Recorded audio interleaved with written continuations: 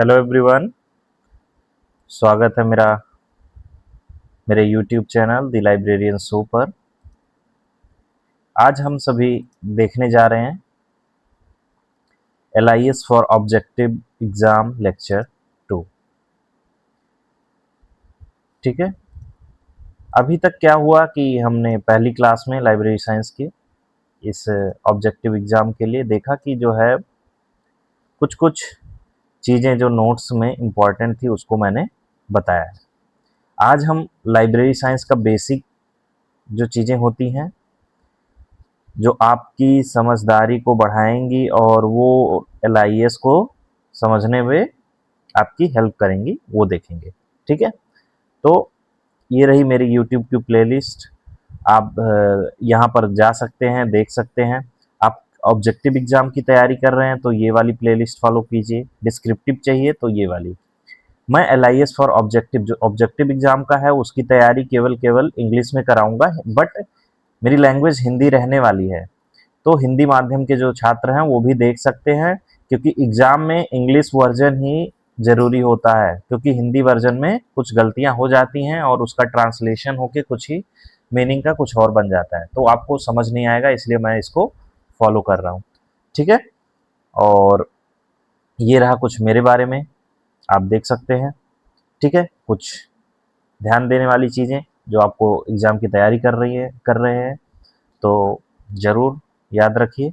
ठीक है, MCQ इस लेक्चर के साथ किसी भी ऑथर की, ठीक है, प्रैक्टिस करते रहिएगा। ठीक, और नोट्स बनाते रहिए, जो भी मैं बता रहा हूँ, जो भी समझा रहा हूँ, जो भी पढ़ा रहा हूँ। ठीक है, आगे बढ़ते हैं। मैं क्लास लेने से पहले कुछ बेसिक चीज़ें आपको समझा देता हूँ।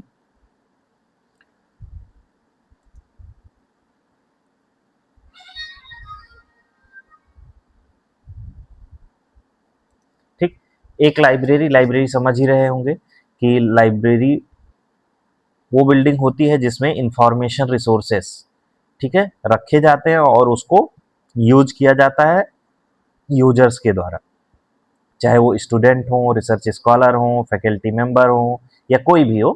ठीक है, अब बुक्स ही नहीं होते, यहाँ पर इंफॉर्मेशन रिसोर्सेस होते हैं, चाहे जिस फॉर्म में वो इंफॉर्मेशन हो। ऑडियो विजुअल हो गया, ऑडियो विजुअल विजुअल समझ रहे होंगे। ऑडियो चाहे कुछ देखने वाला, यूट्यूब मान लीजिए, यूट्यूब पे जो लेक्चर्स पड़े होते हैं, तो और different categories of information resources होते हैं, वो लोग हम डिस्क्रिप्टिव क्लास में डिस्कस करेंगे। तो ये सारी चीज़ें होती है, लाइब्रेरी में रखी होती हैं। तो लाइब्रेरी के कार्य क्या होते हैं, कौन कौन से सेक्शंस होते हैं एक लाइब्रेरी में अगर माना जाए, तो वो चीज़ हम देखेंगे, क्या क्या मीनिंग है, क्योंकि ये चीज़ें हेल्पफुल होने वाली हैं जाके, अगर मैं क्लासेस लूँगा तो उसमें आपको समझ आएंगी। एक्विजिशन का मतलब क्या है कि एक्वायर कर रहे हैं कोई चीज़ हम। लाइब्रेरी में कोई चीज़ ऐसे तो नहीं आ जाएगी, हम उसको परचेस करेंगे, या कोई गिफ्ट देगा हमें, दान करेगा, ठीक है, या डोनेशन करेगा, उपहार देगा, या उसका डोनेशन देगा, तो वो जो है पुस्तकालय में रखी जाती हैं। ठीक है, एक्वायर की जाती हैं, फिर उसका पेमेंट होता है, उसके बाद जो है उससे पहले ही किताबें जो है आ जाती है, उसका एक रजिस्टर होता है लाइब्रेरी में। ठीक है, एक्सेशन रजिस्टर, ये सबसे इंपॉर्टेंट डॉक्यूमेंट है, और ये क्वेश्चन भी आता है कि एक्सेशन रजिस्टर में जो है कॉलम्स कितने होते हैं, वो देख लीजिएगा आप लोग। 14 कॉलम्स होते हैं। जीएफआर रूल का देख लीजिएगा कौन सा प्रोविजन है जो इससे डील करता है, क्योंकि ये क्वेश्चन पूछा जाता है कि एक्सेशन रजिस्टर का जीएफआर में कौन सा रूल है, तो आपको ये बताना पड़ेगा कौन सा रूल है। ये क्वेश्चन आता है, मोस्ट इंपॉर्टेंट है, आप लोग याद आ गया तो मैंने सोचा बता दूं। ठीक है, तो कोई चीज़ किताब खरीदी जाती है तो एक्सेशन रजिस्टर में उसकी एंट्री होती है। एंट्री कैसे होती है, उसमें लिखा जाता है किस डेट को आया, ठीक है, डेट कब आया, ऑथर कौन है यानी लेखक कौन है, टाइटल यानी उसका किताब का नाम क्या है, ठीक है, एडिशन कौन है, पब्लिशर कौन है, कितने रुपए में आया, ठीक है, फिर क्लास नंबर उसका, ये सब सारी चीजें उस एक्सेसर रजिस्टर में रखी जाती है। ठीक है, तो एक्विजिशन सेक्शन में ये मेन मेन काम होता है कि ऑर्डर किताब का या कुछ खरीदने का दिया जाता है और फिर उसको एक्सेसर रजिस्टर में आ जाती हैं तो लिखा जाता है और उसका पेमेंट होता है। ठीक है, इतना काम हो गया लाइब्रेरी के एक्विजिशन सेक्शन में। एक लाइब्रेरी होगी, समझ लो बहुत बड़ी बिल्डिंग होगी, बहुत बड़ी होती है और उसमें डिफरेंट डिफरेंट काम होते हैं। अगर छोटी लाइब्रेरी की बात नहीं कर रहा हूँ मैं, एक यूनिवर्सिटी सेटअप के लेवल की लाइब्रेरी की बात कर रहा हूँ। ऐसे ही फिर आ जाता है दूसरा सेक्शन, टेक्निकल प्रोसेसिंग सेक्शन। इसमें क्या होता है, अब हमने बुक का परचेस कर लिया, ठीक है, अब दूसरे वाले आ गई किताबें, तो उसको दो चीजें की जाती हैं। एक होता है क्लासिफिकेशन, ये बार बार टर्म आपको सुनने को मिलेगा इसलिए मैं यहीं पे क्लेरिफाई कर देता हूँ। एक होता है कैटलॉगिंग, ठीक है। मेरी जो समझाने का तरीका वो इनफॉर्मल रहने वाला है, फॉर्मल के लिए आप डिस्क्रिप्टिव क्लासेस देख सकते हैं, उसमें मैं बहुत अच्छे तरीके से एक्सप्लेन करूंगा, ठीक। तो क्लासिफिकेशन और कैटलॉगिंग दो चीजें होती हैं टेक्निकल प्रोसेसिंग, और एक होता है टूलिंग एंड पेस्टिंग, मान लो, ये भी मैं अभी बता देता हूँ। क्लासिफिकेशन में क्या होता है, क्लासीफाई समझ रहे हैं, क्लासीफाई यानी किसी चीज को बांटना, ठीक है। मैं बोल दूं कि एक क्लास में बच्चे हैं, तो बच्चों को किस चीजों में बांट सकते हैं आप, कोई बोलेगा मेल फीमेल के बिहाफ पे बांट सकते हैं, है ना, ऐसे भी बांट सकते हैं। और किस किस बिहाफ पे बांट सकते हैं, ठीक है, कि उनकी एज मान लीजिए कि जो 15 से ऊपर बच्चे हैं, अबव 15 और बिलो 15, ऐसे डिफरेंट क्राइटेरिया हो सकता है, ठीक है, क्लासिफाई करने का। तो आप समझ रहे हैं बंटवारा। ऐसे किताबों की जो क्लासिफिकेशन की जाती है, एक नंबर बनाया जाता है, नंबर, ठीक है, क्लास नंबर बनाया जाता है, ठीक है। अब ये क्लास नंबर कैसे बनता है, स्कीम्स है इसके लिए। एक है कॉलम क्लासिफिकेशन, आप इसको बार बार सुनेंगे, और दूसरा है डीडीसी, और तीसरा है यूडीसी। ये डिबे डेसिमल क्लासिफिकेशन स्कीम हो गया, यूनिवर्सल डिबे डेसिमल क्लासिफिकेशन स्कीम, ठीक है।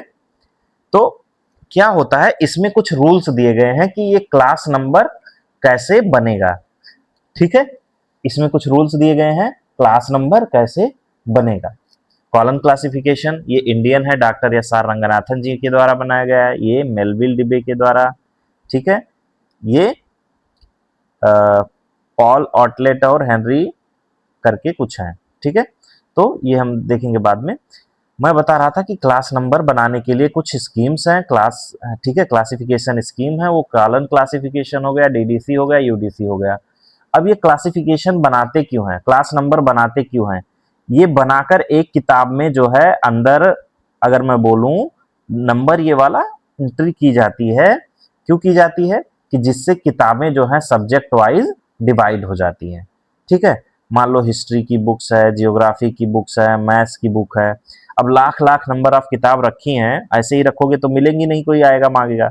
तो ये क्लासिफाई करके जो है किताबों को अगर लाइब्रेरी में रखा जाता है, कोई भी एक स्कीम अगर आप फॉलो करते हो, तो उससे क्या होता है कि किताबें पूरी लाइब्रेरी में आपको सब्जेक्ट वाइज अरेंजमेंट कर दिया जाता है, ठीक है। तो क्लासिफिकेशन का क्या मतलब होता है, कि जो है किताबों में एक क्लास नंबर बना के जो है उसमें एंट्री की जाती है, लिखा जाता है बुक में, और वो जो है क्लास नंबर जो है लिख देने पे उसकी किताब में क्या होता है, वो जब किताब बुक लाइब्रेरी में रखी जाती हैं तो वो अच्छे से अरेंज हो जाती हैं, ठीक है। जैसे आप ग्रोसरी स्टोर में जाओ, बिस्किट एक तरफ रहेगा, नमकीन एक तरफ रहेगा, अच्छे से होता है ना। ऐसे कोई सब्जेक्ट की किताब एक तरफ रहेगी, फिर उसके बगल में दूसरी, ऐसे सब्जेक्ट के अंदर जो टॉपिक्स हैं, ठीक है, टॉपिक्स मान लो पार्टिकुलर हिस्ट्री के अंदर कोई टॉपिक है तो वो भी अच्छे से अरेंज होती चली जाती है, इसीलिए क्लास नंबर बनाते हैं, इसीलिए क्लासिफिकेशन स्कीम है, ठीक है। तीनों क्लासिफिकेशन स्कीम ये क्लास नंबर बनाने में हेल्प होती है। ये बेसिक आइडिया आप लोगों ने हो गया होगा। अब दूसरी चीज आती है कैटलॉगिंग, ठीक है। ऐसे कैटलॉगिंग के भी कुछ रूल्स हैं, ठीक है। कौन कौन से होते हैं, एसीआर, एसीआर के बाद अभी एंग्लो अमेरिकन कैटलॉगिंग रूल्स है ये, और अभी रिसोर्स डिस्क्रिप्शन एंड एक्सेस। ये क्या होते हैं, ये हमें रूल्स प्रोवाइड करते हैं, किस लिए, कैटलॉग बनाने के लिए। अब कैटलॉगिंग क्या होती है, ठीक है। और दूसरा चीज होती है हमारी इंडियन जो है क्लासिफाइड कैटलॉग कोड। कैटलॉगिंग क्या होती है, ये चीजें हम देखते हैं, ठीक है। आपको क्लासिफिकेशन नंबर क्लियर हुआ होगा, एक इनफॉर्मल वे में चीजों को लेकर चल रहे हैं हम। तो कैटलॉग क्या होता है, पहले टाइम पे क्या होता था, कंप्यूटर जब नहीं था, एक कार्ड बना दिया जाता था, और उसमें किताबों की डिटेल लिख दी जाती थी, ठीक है, उसका क्लास नंबर हो गया, टाइटल हो गया, ऑथर हो गया, और फिर इस कार्ड को एक होल बना के एक रॉड में रख दिया जाता था, नंबर ऑफ, मतलब ऐसे इकट्ठे हो गए खूब सारे, मान लो जैसे किताब के पेजेस, और उसको होल करके टांग दिया जाए, ऐसे कैटलॉग कार्ड्स होते हैं, ठीक है। उसकी साइज क्या होती है, एग्जाम में आता है, ये सब अभी देखेंगे। तो उसमें बुक की डिटेल जो है सारी एंट्री कर दी जाती थी, चाहे वो ऑथर वाइज हो गया, चाहे क्लास नंबर वाइज। और फिर यूजर जब आता था लाइब्रेरी तो एक कैबिनेट, यानी एक लकड़ी के किसी कैबिनेट में रखा जाता था, ऑथर जाके उसको सर्च करना लेता था, ठीक है, उसको ऐसे ऐसे खोज लेता था, जैसे किताब के पन्ने आप पलटो, ऐसे ऐसे करके देख लो कि कौन सी किताब, फिर उससे लोकेशन मिल जाती थी तो किताब पर मिल जाती थी, ठीक है। तो कैटलॉग क्या होता है कि हम बुक की डिटेल्स को इंटर करते हैं, ठीक है, एंट्री करते हैं बुक्स की डिटेल को कंप्यूटर सॉफ्टवेयर में आजकल, चाहे वो कोहा हो गया, ई ग्रंथालय हो गया, ठीक है, तमाम सॉफ्टवेयर हैं। तो इससे क्या होता है जब बुक की एंट्री कर देते हैं, इससे ये चीज होती है, जब बुक की एंट्री हो जाती है तो कोई यूजर आता है, उसको ऑनलाइन पब्लिक एक्सेस कैटलॉग बोलते हैं, वहां पे सर्च करता है कोई किताब का नाम, तो वो किताब की डिटेल्स आ जाती हैं, और किताब की डिटेल्स आ जाती हैं तो यूजर देख लेता है कहाँ पर वो किताब मिलेगी। कहाँ पर वो किताब मिलेगी, क्लास नंबर वाइज अरेंजमेंट वो लाइब्रेरी में रहता है। क्लास नंबर देख लोगे तो आपको जाओगे किसी लाइब्रेरी में, जो है वो किताबें आप ढूंढ के पढ़ सकते हो। तो कैटलॉग क्या हेल्पफुल है, किस लिए बनाते हैं, किताब को खोजने के लिए, ठीक है, कैटलॉगिंग करते हैं, यानी बुक की एंट्री करते हैं, इनफॉर्मल वे में समझ लो। इसके बाद क्या होता है, टूलिंग एंड पेस्टिंग मान लो। तो टूलिंग एंड पेस्टिंग में क्या होता है कि चीजों जो है, कुछ कुछ चीजें RFID हो गया, किताब पर लगाना हो गया, या बार कोड लगाना हो गया, ये सब लगाते हैं, किस लिए, इशू रिटर्न में हेल्प करता है, इसको स्कैन करके आप जल्दी से बच्चों को इशू रिटर्न कर सकते हो, ठीक है। तीसरा सेक्शन हो गया हमारा सर्कुलेशन सेक्शन, अब आ गया सर्कुलेशन का मतलब है वो क्या हो गया, सर्कुलेशन सेक्शन, आप लोग नोट्स में ऐसे बेसिक सा लिख लीजिएगा, ठीक है। सर्कुलेशन सेक्शन में इशू हो गया, किताबें, इशू मतलब किसी को देना, निर्गत करना, हिंदी वाले। रिटर्न, रिटर्न करना यानी वापस लेना उसको, किताबों को। तो कुछ दिन के लिए किताबें दी जाती हैं, और फिर 15 दिन मान लीजिए, हर लाइब्रेरी के लिए अलग होता है, और कितनी किताबें, 4 किताबें हो गई, 5 किताबें हो गई, ये लाइब्रेरी पे डिपेंड करता है, फिर वो वापस आ जाती हैं। तो इसी चीज को सर्कुलेशन बोलते हैं। इशू हो गया, रिटर्न हो गया, फिर कोई बच्चा आता है वो रिजर्व भी करा जा सकता है, आप सीट जैसे रिजर्व कराते हो ना, ऐसे किताब भी रिजर्व होती है, ठीक है, आपकी कि बुक भी रिजर्व हो जाएगी कि मैं आऊंगा और वो किताब लेकर जाऊंगा, ठीक है। इसी को सर्कुलेशन सेक्शन बोलते हैं। इसमें भी डिफरेंट डिफरेंट कार्य होते हैं, जो मेन मेन है वो मैंने बता दिया। चौथा चीज हो गया आपका पीरियोडिकल सेक्शन, ठीक है, न्यूज़पेपर और पीरियोडिकल सेक्शन, ठीक है, न्यूज़पेपर एंड पीरियोडिकल सेक्शन। इसमें क्या होता है, जो लाइब्रेरी में न्यूज़पेपर्स आते हैं वो मेंटेन करते हैं, या पीरियोडिकल्स आते हैं, पीरियोडिकल्स में मैगजीन हो गए या जर्नल्स हो गए, ठीक है, मैगजीन हो गए, ये लिख लीजिएगा, सभी लोग लिखते रहिएगा, मैगजीन हो गए, जर्नल हो गए, ठीक है। तो ये चीजें आती हैं, इसको एक सेक्शन में मैनेज करता है, कौन सा, न्यूज़पेपर एंड पीरियोडिकल सेक्शन, ठीक है। तो ये मोटा मोटा 4 सेक्शन मैंने बताया लाइब्रेरी के, 4 सेक्शंस मैंने बताए, ऊपर एक्सप्लेन किए। ऐसे ही लाइब्रेरी का कंप्यूटर एप्लीकेशन डिवीजन भी हो सकता है, या ई रिसोर्सेस मैनेज करने के लिए अलग से कुछ बना दे, तो यूनिवर्सिटी लाइब्रेरी में या कॉलेज जो अपना अपना अलग अलग सेक्शंस बना लेते हैं, ठीक है। जब ये 4 एक ट्रेडिशनल जो मेन चीजें हैं वो मैंने बता दिया, बाकी अलग अलग भी लाइब्रेरीज डिफर कर सकती हैं, ठीक है। आई होप ये बेसिक्स आपको अब क्लियर हो गया होगा, क्लासिफिकेशन, कैटलॉगिंग और लाइब्रेरी के डिफरेंट डिफरेंट सेक्शंस, ठीक है। अब मैं आता हूं अपने नोट्स पर, जो कल मैं पिछली लेक्चर में पढ़ाया उसी को कंटिन्यू करता हूं, ठीक है। ऑब्जेक्टिव एग्जाम के लिए ये नोट्स बहुत ही जरूरी होने वाले हैं, इसको जो है आप नोट्स बनाते रहिएगा, ठीक। मैंने कल बताया था ऑनलाइन कंप्यूटर लाइब्रेरी सेंटर, इसका फुल फॉर्म ये है, एग्जाम में ये पूछा जाता है, ठीक है। ये याद कर लीजिए, कब फाउंड हुआ, 1967 में। इसका पहले नाम था ओहियो कॉलेज लाइब्रेरी के नाम से ये फाउंड किया गया था, ठीक है। OCLC कुछ कुछ चीजों को मेंटेन करता है, जैसे WorldCat, the largest online public access catalogue. अब आपका काम क्या है, आपका काम ये है कि OCLC की वेबसाइट को जाओ और देखो कि OCLC की वेबसाइट पे आप विजिट करो और भी क्या चीजें हैं जो ये मेंटेन करता है। जैसे मैंने बताया वर्ल्ड कैट, ये वर्ल्ड कैट क्या है, largest online public access catalogue, ठीक है, बहुत बड़ा ऑनलाइन पब्लिक एक्सेस कैटलॉग है। कैटलॉगिंग समझ गए ना, कि जिसमें किताबों का इंफॉर्मेशन रखा जाता है, फीड किया जाता है, फिर उसको यूजर आके सर्च करता है इनफॉर्मल वे में, ठीक है। तो वर्ल्ड कैट कौन मेंटेन करता है, OCLC, ठीक है। OCLC और भी क्या मेंटेन करता है, डिवे डेसिमल क्लासिफिकेशन सिस्टम, ठीक है। एग्रीकोला क्या है, ऑनलाइन डेटाबेस है, national agricultural library of US, ठीक है, ये याद कर लीजिए किसका है, यूएसए का एग्रीकल्चरल लाइब्रेरी का। ऐसे जेनेट का फुल फॉर्म क्या है, ज्वाइंट एकेडमिक नेटवर्क, ठीक है, यूके का है, United kingdom. Joint academic network किसका है, यूके का है, ठीक है। ये कब आया था, ज्वाइंट एकेडमिक नेटवर्क कब आया था, ठीक है, ज्वाइंट एकेडमिक नेटवर्क कब आया था बताओ, आप लोगों ने देखा 1984, ठीक है, एक बार देख लीजिएगा आप लोग, ठीक। फिर देखते हैं हम लोग, ये रफ हम मेरे ये रफ नोट्स हैं, ठीक है, ये नोट्स से इंफॉर्मेशन एज इट इज लिख लीजिए, फिर इसको बढ़िया से नोट्स बनाइए जो कि आप बना सकते हैं, जो कि डिफरेंट डिफरेंट सेक्शंस में डिवाइडेड हो, लेकिन ऐसे भी अगर इसको बार बार पढ़ के याद करते रहेंगे तो हेल्पफुल होगा, ठीक।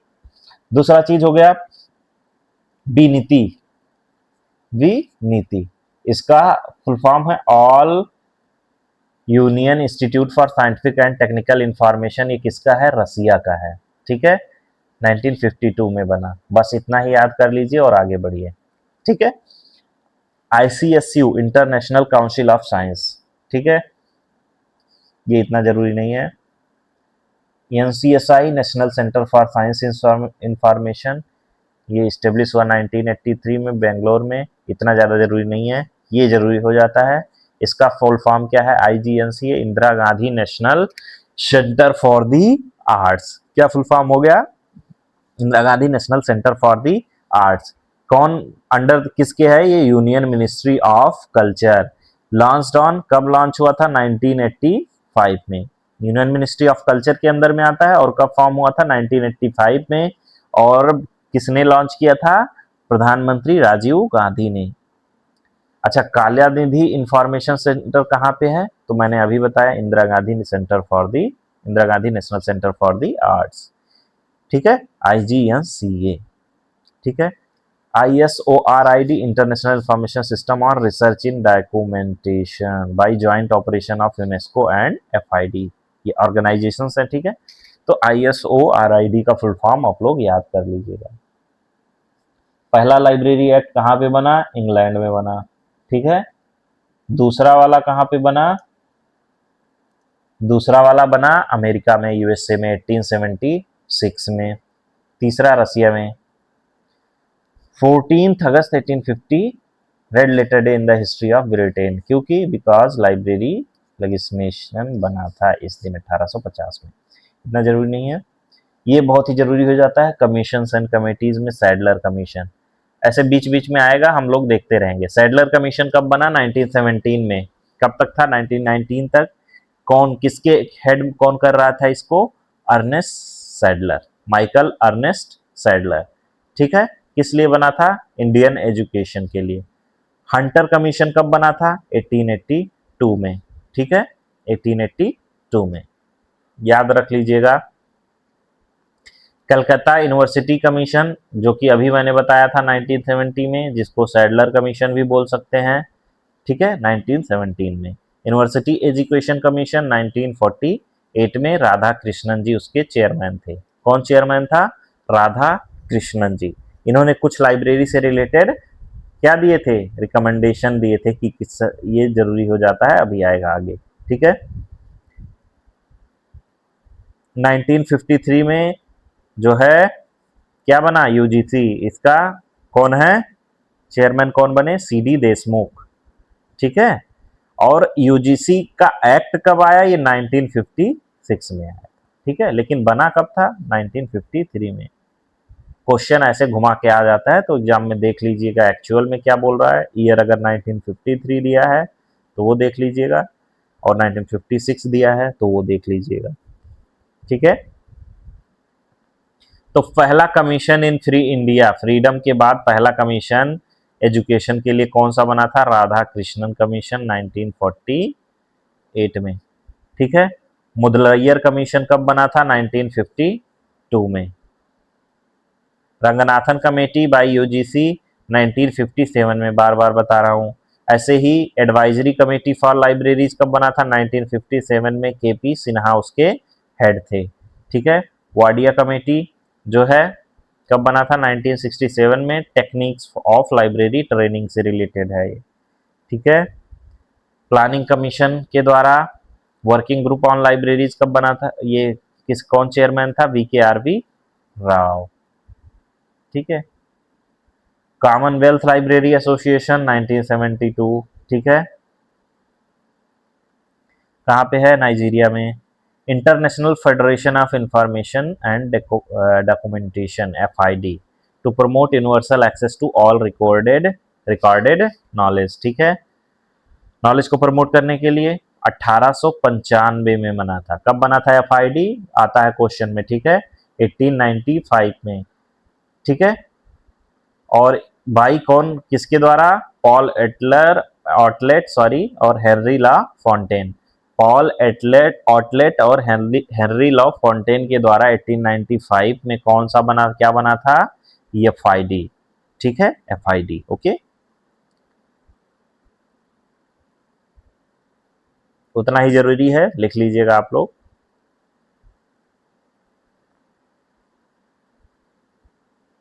अच्छा, सोर्सेस ऑफ इंफॉर्मेशन में डॉक्यूमेंट्री सोर्सेस होते हैं और नॉन डॉक्यूमेंट्री सोर्सेस, ठीक है। हैंसन एक लोग थे, उन्होंने इंफॉर्मेशन को डिवाइड किया था प्राइमरी और सेकेंडरी में, और ग्रोगन ने प्राइमरी, सेकेंडरी और टर्सरी। ये लोग हम डिटेल्स में डिस्क्रिप्टिव क्लास में देखेंगे, ठीक है, कि क्या चीजें होती है। लेकिन ऐसे पूछ लेता है कि ग्रोगन ने in how many types he divided the information, तो आप बोल सकते हैं प्राइमरी, सेकेंडरी एंड टर्सरी। ये क्वेश्चन आया हुआ है एग्जाम में, ठीक है। और हैंसन ने प्राइमरी और सेकेंडरी में। नॉन डॉक्यूमेंट्री सोर्सेस जैसे कि ह्यूमंस के द्वारा कोई इंफॉर्मेशन दी जाती है, मास मीडिया के द्वारा, ऑर्गेनाइजेशंस के द्वारा, इंटरनेट के द्वारा, जो कि डॉक्यूमेंट में नहीं लिखा है, यानी बुक्स में नहीं है, मैगजीन्स में नहीं है, ठीक है, उनको नॉन डॉक्यूमेंट्री सोर्सेस पढ़ते हैं। ये लोग हम, ये सारी चीजें हम डिस्क्रिप्टिव क्लास में देखेंगे, ठीक है। ऐसे डेटा बेसिस होते हैं। डेटा बेसिस क्या होते हैं? जिसमें डेटा को स्टोर किया जाता है। डेटा इन द बुक का डेटा मान लो, टाइटल, ऑथर, ये सारी चीजें एक डेटाबेस में ही स्टोर होगा। एक कंप्यूटर की टर्मिनोलॉजी है ये, उसमें स्टोर होगा, ठीक है। तो ऐसे डिफरेंट टाइप ऑफ डेटाबेसेस होते हैं। मान लो बिब्लियोग्राफी से रिलेटेड जो डेटा कलेक्ट कर रहा है वो बिब्लियोग्राफिकल डेटाबेस हो गया, कैटलॉगिंग डेटाबेस हो गया, ठीक है। ये रेफरल डेटाबेस, ये रेफरेंस डेटाबेस में आते हैं। ये सोर्स डेटाबेस में numeric, full text, text numeric इतना जरूरी नहीं है, ठीक है। जो अगली इंपॉर्टेंट चीज आ जाती है आपके एग्जाम के लिए, वो है कॉलन क्लासिफिकेशन स्कीम।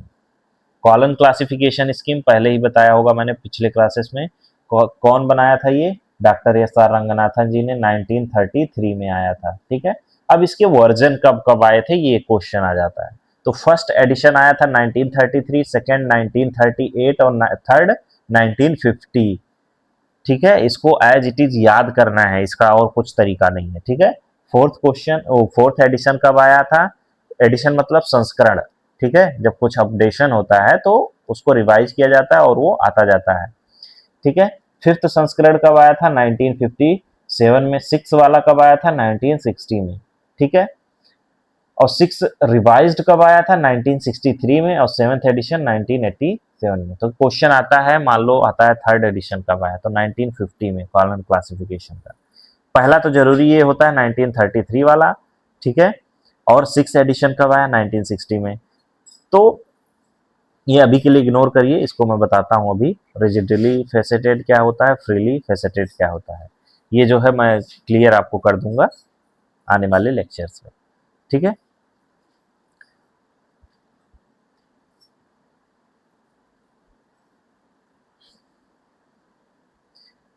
ठीक है, अब देख लेते हैं, मैं यहीं पे थोड़ा सा बता देता हूँ रिजिडली फेसेटेड और फ्रीली फेसेटेड क्या होता है।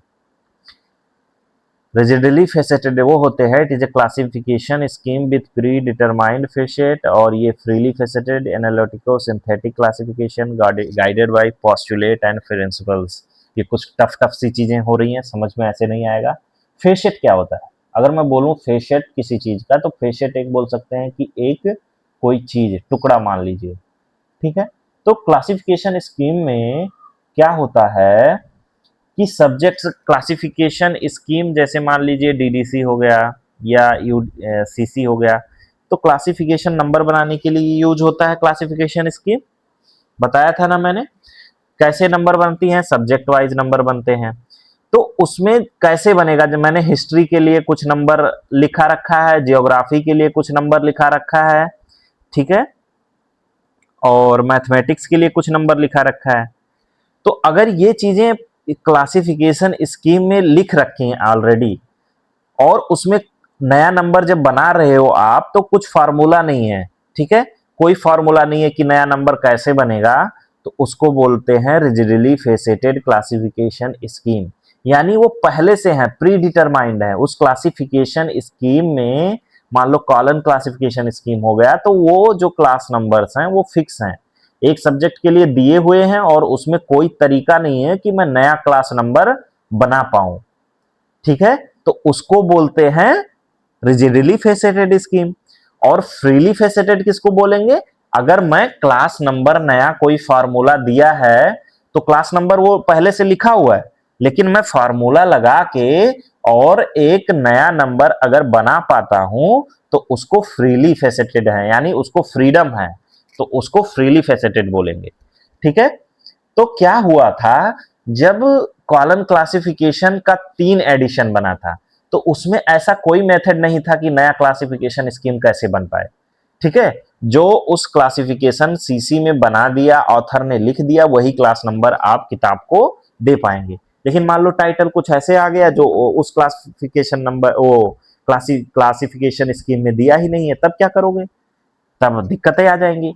इसीलिए जन्म हुआ ये किसका, फ्रीली फेसेटेड स्कीम का। तो फोर्थ एडिशन से ये जो है कॉलम क्लासिफिकेशन क्या हुआ, फ्रीली फेसेटेड हो गया, जिसमें आइसोलेट्स का इंट्रोडक्शन हुआ, कॉमन आइसोलेट्स, यानी जो किसी भी क्लास नंबर के साथ अटैच्ड हो जाए, ठीक है, किसी भी क्लास नंबर के साथ जो चीजें अटैच्ड हो जाए उसे कॉमन आइसोलेट्स बोलते हैं, ठीक है। ये सारी चीजें हम लोग देखेंगे, अभी खाली बेसिक बेसिक सा चीजें समझो कि कैसे चीजें काम कर रही हैं। डीप में हम लोग बाद में जाएंगे, अभी खाली ओवरव्यू ले लो। आप तैयारी कर रहे हो तो ओवरव्यू लेके थोड़ा सा समझ के आगे बढ़ो, फैक्ट्स याद रखो और एग्जाम में क्वालिफाई करो, क्योंकि डीप जाने का कोई मतलब नहीं है। वो डीप भी मैं पढ़ाऊंगा डिस्क्रिप्टिव क्लासेस में, ठीक है, एक एक चीजों को मैं डीप में पढ़ाऊंगा, किसमें, डिस्क्रिप्टिव क्लासेस में।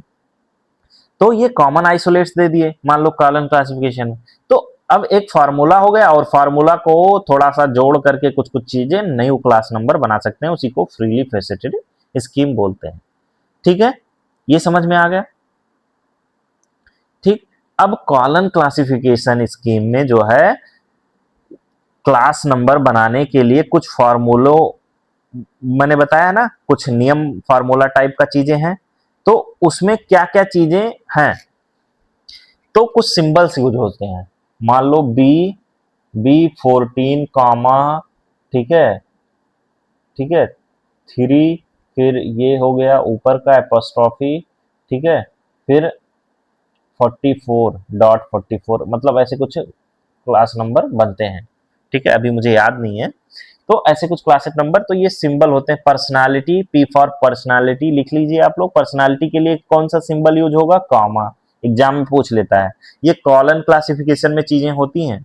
मैटर के लिए सेमी कॉलन, ठीक है, एनर्जी के लिए कॉलन, स्पेस के लिए डॉट यूज होता है, ठीक है, टाइम के लिए एपोस्ट्रॉफी, ठीक है। किसी क्लासिफिकेशन नंबर, मान लो कोई क्लासिफिकेशन नंबर बना और बाद में एपोस्ट्रॉफी और 44 आ गया, तो 44 हमारे इंडिया का सिंबल होता है, ठीक है, ये कॉलन क्लासिफिकेशन में दिया हुआ है, तो ये 44 हो गया। तो कुछ नंबर बनेगा इंडिया, जिसमें जिक्र होगा, इंडियन जियोग्राफी की बात होगी, उसमें लास्ट में 44 ऐसे अपॉस्ट्रोफी लग के बन जाता है। समझे आप, ये नंबर्स क्या कर रहे हैं, उस फॉर्मूले में ऐसे सिंबल्स यूज होते हैं जिससे क्लास नंबर आइडेंटिफाई हो पाए। ये कॉलम क्लासिफिकेशन जब हम डिटेल में पढ़ेंगे, मैं उसमें डिस्क्रिप्टिव क्लासेस में पढ़ाऊंगा तो उसमें डिस्कस करूंगा, ठीक है। अभी ऑब्जेक्टिव एग्जाम के लिए इतना ही जरूरी है कि आप इसके जो है सिंबल्स याद कर लीजिए, कौन सी जो है एडिशन कब आया, कौन फाउंड किया था, ठीक है। आई होप ये चीजें आप लोगों को क्लियर हो गई होंगी, ठीक है। अब कॉलम क्लासिफिकेशन में कुछ कुछ डिवाइसेस यूज होते हैं, ठीक है। क्रोनोलॉजिकल डिवाइस हो गया, जियोग्राफिकल डिवाइस हो गया, सब्जेक्ट डिवाइस हो गया, अल्फाबेटिकल डिवाइस हो गया। तो ये डिवाइसेस क्यों होते हैं? डिवाइसेस इसलिए होते हैं कि न्यू क्लास नंबर हम बना सकें और क्लास नंबर बहुत बड़ा ना हो, ठीक है।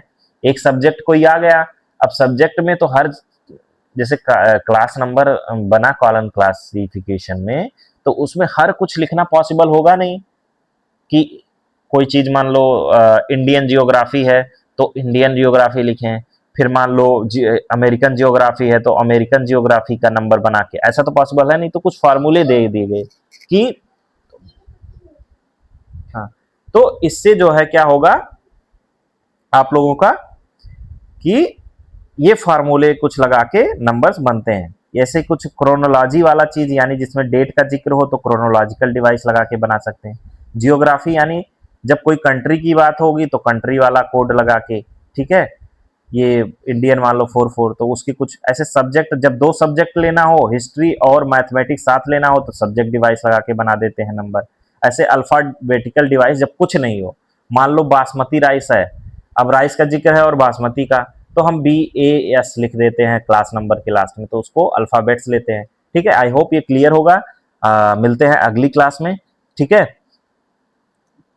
कोई क्वेरी हो, कोई क्लास कुछ सजेशन हो तो आप बेझिझक मुझसे कांटेक्ट कर सकते हैं, ठीक है, मेरे ईमेल आईडी पे या कमेंट के द्वारा। Thank you so much.